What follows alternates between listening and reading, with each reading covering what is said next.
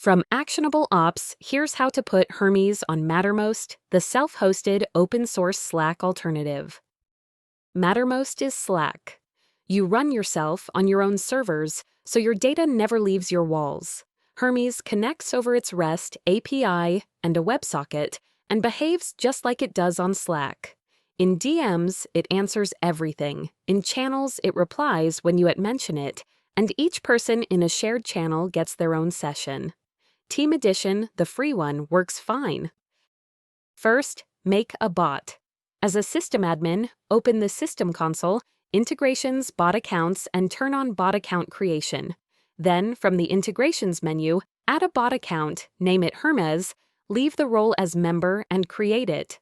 Mattermost shows the token once, so copy it right away. 2 more things. Add that bot to any channel you want it in, the same way you add a person. DMs work on their own.